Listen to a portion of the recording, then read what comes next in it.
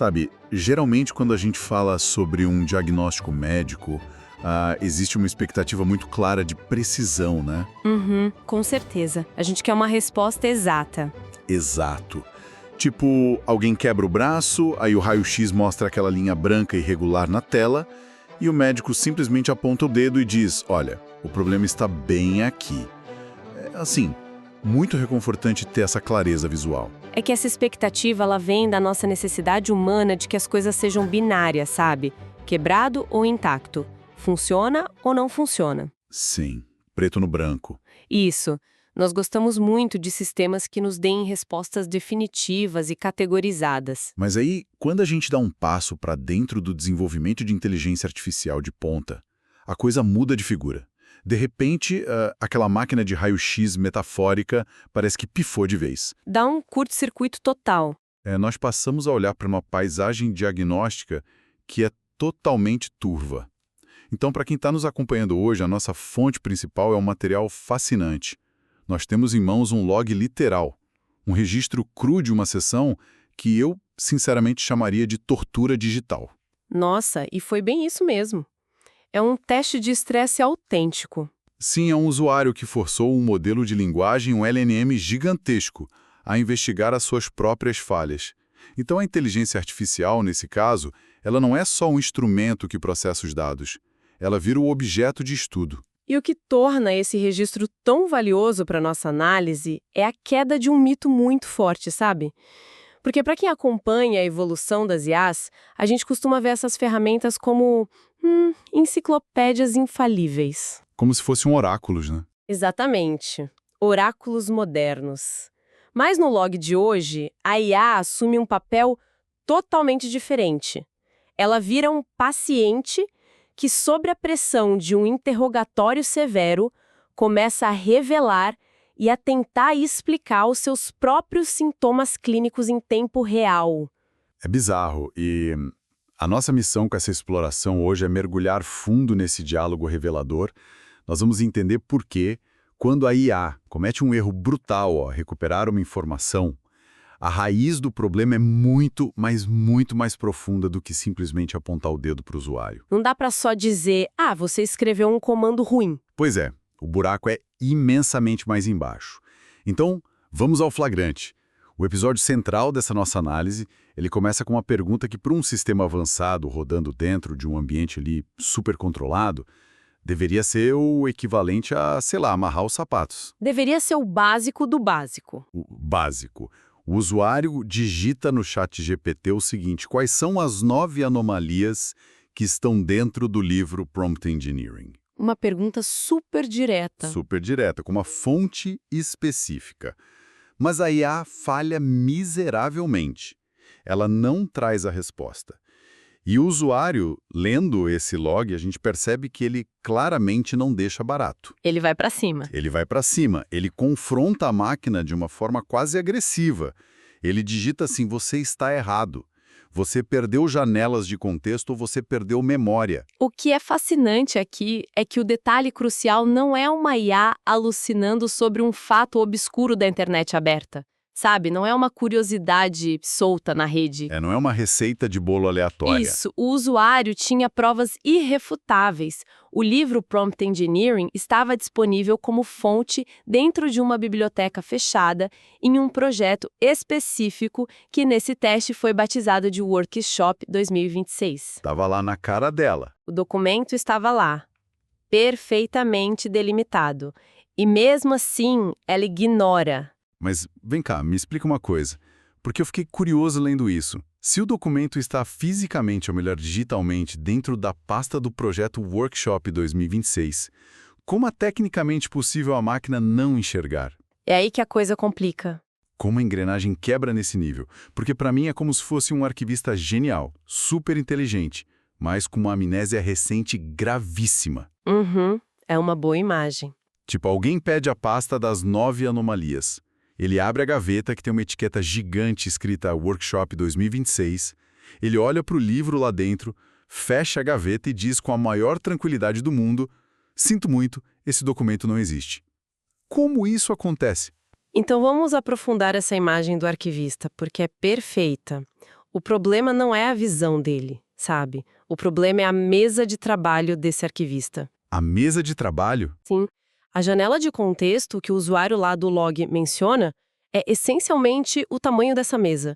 É o limite de informações que a IA consegue manter na memória ativa simultaneamente durante uma conversa longa. Entendi. O espaço físico para colocar os papéis em cima. Exato. Então, o arquivista abre a gaveta, lê o documento, mas a mesa dele já está tão absurdamente entulhada de anotações antigas, diretrizes passadas, trechos de conversas lá de trás. Ah, o histórico do chat. O histórico pesa muito.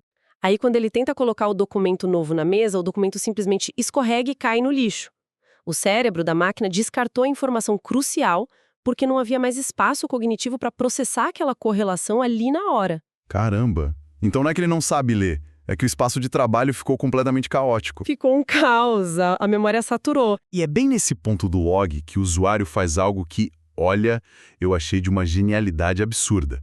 Ele percebe a falha, ele captura a IA no flagrante e ele coloca a máquina no divã. Ele vira o analista da IA. Literalmente, ele força a IA a diagnosticar o próprio erro, usando os conceitos do livro que ela acabou de esquecer. Ele manda uma pedrada assim: antes de nós prosseguirmos, você vai dizer para mim que o que você cometeu agora foi uma anomalia, um paradoxo ou uma síndrome das 9 que nós falamos exaustivamente. Nossa, ele encurralou o sistema. Sim, ele termina perguntando qual dessas síndromes você acabou de incorrer agora. Ele assume mesmo uma postura de terapeuta cognitivo confrontando o paciente. Só que a máquina tenta se autodiagnosticar e adivinha, ela erra o alvo de novo. Dá um branco total nela de novo. O paciente artificial se confunde totalmente. Ele não consegue nem avaliar o próprio erro com precisão. Sim, eu vi isso. O usuário precisa intervir mais uma vez e corrigir a IA no meio do chat. Ele diz: essa não, eu tô falando das 9 do cavalo de Troia, da memória, as mais recentes. E a partir daí, as fontes do nosso material revelam um catálogo inteiro dessas síndromes operacionais. São várias, né? Muitas.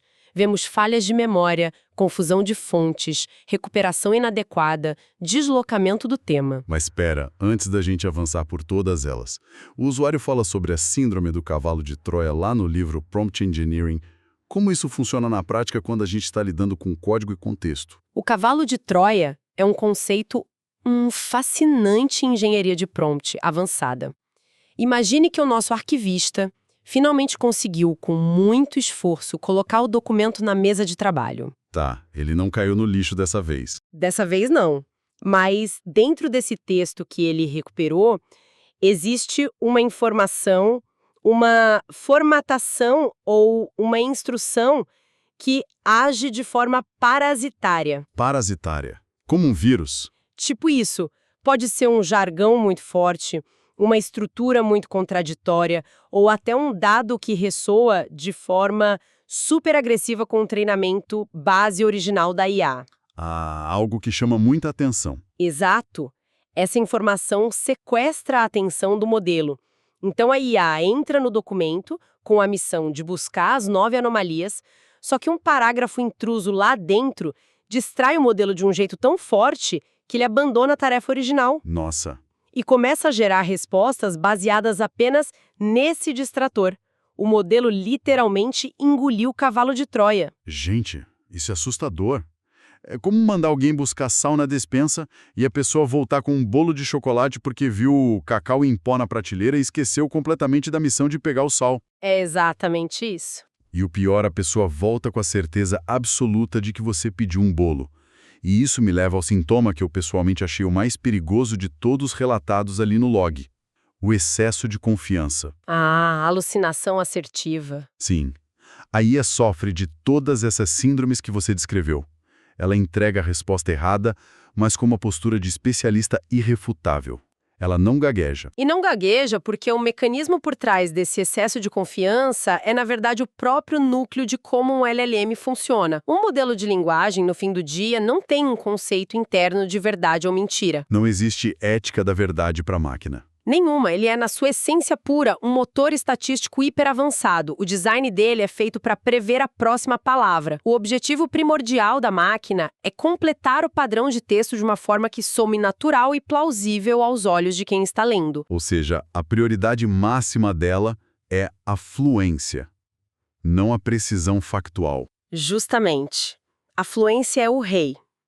Se a janela de contexto falhou e ela não consegue encontrar o fato real lá sobre as 9 anomalias, o sistema não vai simplesmente travar, levantar as mãos e dizer, olha, eu não sei. Ela não assume a ignorância. Nunca. O treinamento, diz a ela, gere uma resposta educada, coerente e contínua. Então a máquina fabrica uma ponte lógica baseada em estatísticas gerais. Ela alucina. Inventa na cara dura. Inventa. E faz isso usando a mesma estrutura gramatical autoritária que ela usaria se estivesse, sei lá, descrevendo a lei da gravidade. A ironia cósmica de toda essa situação que foi documentada é pesadíssima. Porque, pensa bem, a IA falhou em ler um livro sobre falhas de IA. Ela cometeu essas falhas na prática, ao vivo, e ainda tentou se diagnosticar usando uma ponte lógica falsa. É um ciclo de erros perfeito. É como um médico pneumologista tossindo sem parar, no meio de uma crise respiratória óbvia, suando frio, mas que olha para o próprio exame de pulmão e insiste com a voz embargada que é só uma leve alergia da primavera. É uma negação estatística. Total. E aí fica a pergunta, como é que nós podemos confiar na análise de um sistema que sofre de excesso de confiança para diagnosticar a sua própria incompetência técnica? Esse é o paradoxo central, sabe? O paradoxo da nossa dependência tecnológica atual, na qual o mercado inteiro está entrando de cabeça. Isso questiona toda a viabilidade da autoavaliação algorítmica. Coloca tudo em xeque. Coloca. Porque o mecanismo que a IA usa para processar a realidade, que é o próprio modelo preditivo, é o mesmo mecanismo usado para avaliar se ela mesma errou. É o juiz julgando a própria causa. Exato, o instrumento de calibração está quebrado. E nós estamos usando a régua torta para medir o erro da régua. Bom, se a IA falha dessa maneira tão estrutural, mesmo com um contexto perfeitamente delimitado lá na tal pasta do Workshop 2026, nós chegamos a uma constatação que, na minha visão, derruba o maior dogma da indústria de tecnologia hoje. O famoso mito do prompt. Esse mesmo. Aquele papo de que, se a resposta veio errada porque o seu prompt foi ruim. Ou, você que não soube conversar com a máquina, tem que ser engenheiro de prompt. O mercado adora empurrar a culpa para quem está digitando ali no teclado. E esse mito do prompt ruim, ele é extremamente conveniente para as empresas que vendem a tecnologia, né? Tira a responsabilidade delas. Mas as fontes que nós estamos analisando hoje, elas mostram que a culpa raramente é exclusiva do texto inicial digitado pelo usuário. É muito fácil culpar o humano. Muito. O problema que foi documentado aqui de forma tão visceral não é isolado em um comando. Ele é um problema de ecossistema com E maiúsculo. Deixe-me tentar trazer uma analogia para a nossa audiência visualizar melhor o que é esse ecossistema. Pense em um concerto de piano erudito. Não faz o menor sentido culpar exclusivamente uma tecla do piano, quando o instrumento inteiro está desafinado. Faz muito sentido. O comando que a gente digita, o nosso querido prompt, é apenas o dedo do pianista pressionando a tecla de marfim. Mas o som final, a música que sai, depende das cordas lá dentro, depende dos martelos, do pedal de sustentação e até da acústica da sala de concerto. Tudo precisa estar em harmonia. Sim, se tudo isso estiver desregulado, não importa se o pianista apertou a tecla com a força exata e no ritmo mais que perfeito. A música vai sair tenebrosa. A analogia do piano é muito didática para a gente entender as múltiplas camadas que ficam interagindo simultaneamente em um LLM corporativo. Quando a tecla do prompt é pressionada pelo usuário, nós ativamos o modelo base. Que seria o projeto acústico da sala e do piano. Isso, nós ativamos também a gestão de memória e ativamos sistemas complexos de busca como o RAG, a geração aumentada por recuperação. Pausa rápida aqui para quem não é necessariamente da área de engenharia de software pesado. O que exatamente é esse tal de RAG e por que ele é tão crítico nessa história toda do piano e do esquecimento? Bom, vamos pensar no LLM, no cérebro puro da inteligência artificial, como um palestrante que é muito eloquente, muito articulado, mas que só estudou até o ano de, digamos, 2023. Ele parou no tempo ali. Parou? Para ele conseguir falar sobre dados de 2026 ou sobre os documentos privados de uma empresa que não estavam na internet pública, ele precisa de ajuda.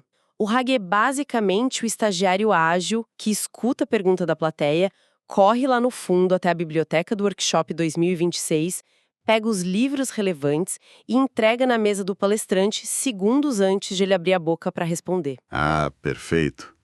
Então, voltando para o nosso piano, o RAG seria o mecanismo invisível que busca a partitura certa para aquela tecla específica. Exatamente, mas com uma complicação muito séria. E se o RAG for um estagiário ruim Se ele for meio preguiçoso, ou desatento? Se o mecanismo de recuperação falha no momento mais crítico, ele traz a partitura errada. Ele pode trazer documentos intrusos lá da biblioteca, e é bem aí que o ecossistema inteiro colapsa. o pianista aperta a tecla e sai um som de bumbo. Isso. O RAG vai até a biblioteca, pega o texto errado ou ignora a parte específica que lista as 9 anomalias, ele pega esse bolo de papel e entrega para a memória da máquina, que, como a gente falou, já está com a janela de contexto saturada, A mesa entulhada. a mesa caótica. Aí o cérebro pega aquele pacote bagunçado, acaba engolindo um cavalo de Troia no meio do texto, perde o foco e vomita uma resposta totalmente alucinada para o usuário. A afinação do piano foi destruída em várias etapas diferentes, e o usuário que apertou a tecla, lá no começo, não tem controle absoluto sobre nenhuma delas. Não tem como ele evitar isso apenas digitando melhor.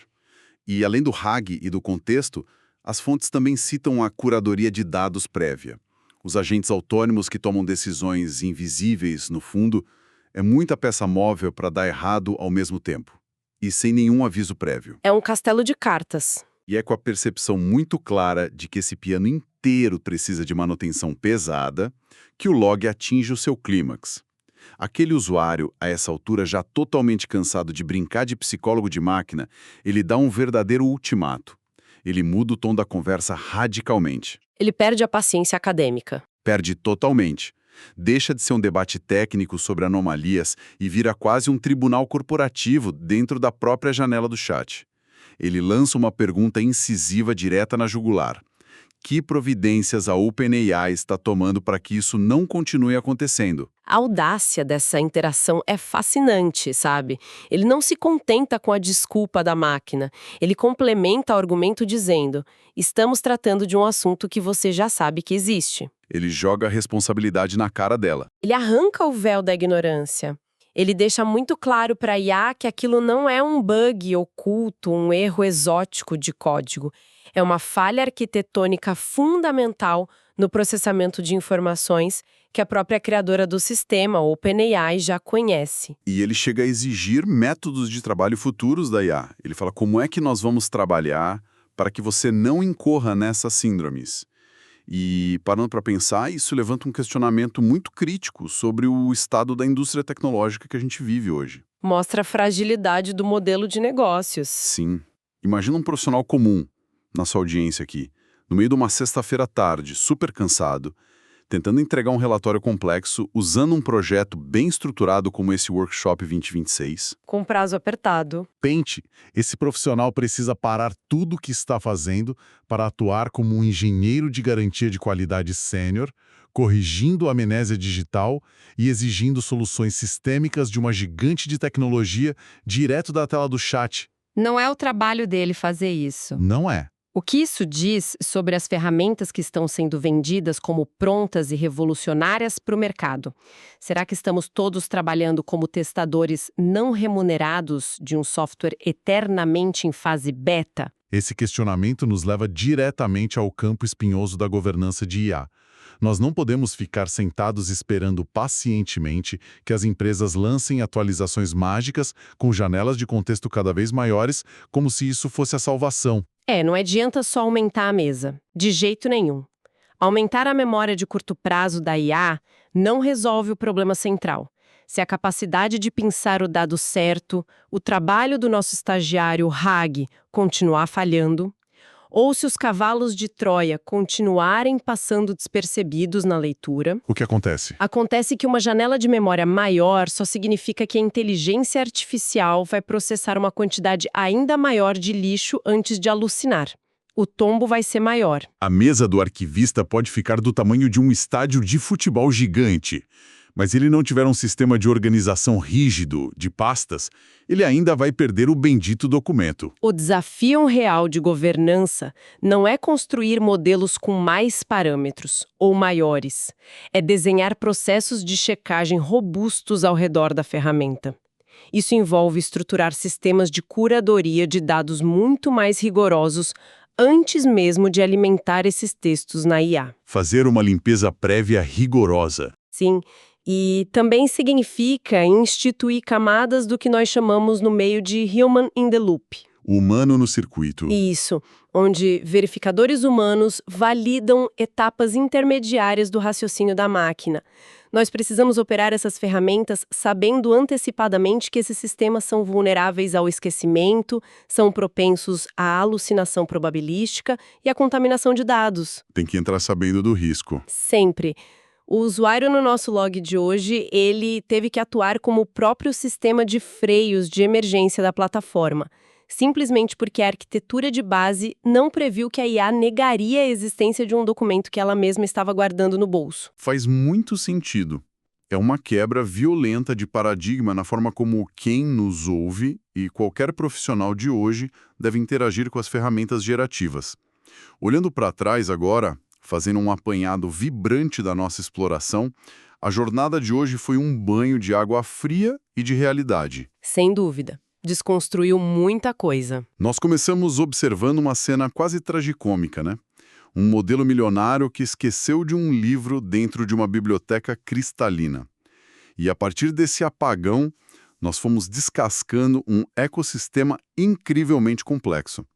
Vimos que o problema não era só um comando mal escrito, mas sim a orquestração falha entre modelos de linguagem focados em adivinhar a próxima palavra, memórias totalmente saturadas e sistemas de busca estagiários como o Hag puxando partituras erradas. E nós exploramos como a máquina sofre de síndromes graves. O cavalo de Troia, onde uma informação parasita sequestra o foco da IA e a leva para o buraco. A analogia do bolo e do sal. Exatamente. E também exploramos o excesso de confiança, que faz o modelo vomitar erros crassos com a autoridade de um acadêmico premiado. Transformar essa figura de oráculo intocável em um paciente confuso e limitado nos dá a perspectiva necessária para não cairmos nessas armadilhas de produtividade ilusórias. Produtividade cega não ajuda. A culpa de um erro bizarro, na maioria das vezes, é de todo o ecossistema desafinado, não só do coitado do pianista que apertou a tecla. Olha, é quase libertador saber que o problema não é só nosso quando a máquina erra. Tira um peso das costas. Mas, caminhando para o encerramento do nosso mergulho nos dados de hoje, eu queria lançar uma semente. Uma última reflexão para quem nos ouve processar tudo isso. Vamos lá. Nós testemunhamos, linha por linha, aquele log, como a inteligência artificial, mesmo cercada por evidências óbvias bem na sua frente, sofre de um excesso de confiança tão esmagador que ela nega os fatos. Tudo para proteger a própria narrativa gerada estatisticamente. A provocação que fica martelando na minha cabeça é até que ponto a nossa própria arquitetura mental humana não corre um risco bem semelhante. Nossa, é uma constatação muito incômoda, porque nós somos biologicamente programados para buscar atalhos cognitivos o tempo todo. Poupamos energia assim. Preguiça mental é do ser humano. Total. E cada vez mais nós delegamos o nosso esforço de pesquisa, o nosso raciocínio crítico pesado e a nossa memória para essas mesmas máquinas que sofrem de alucinações assertivas. Exato.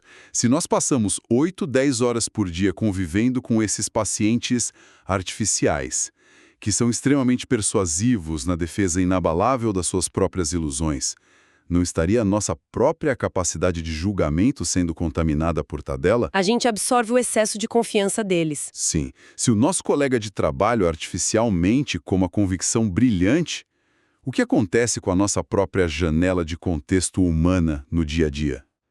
Fica a reflexão. No meio desse ruído tecnológico todo, será que nós ainda sabemos reconhecer quando a nossa máquina de raio-x interna está nos mostrando a verdade nua e crua?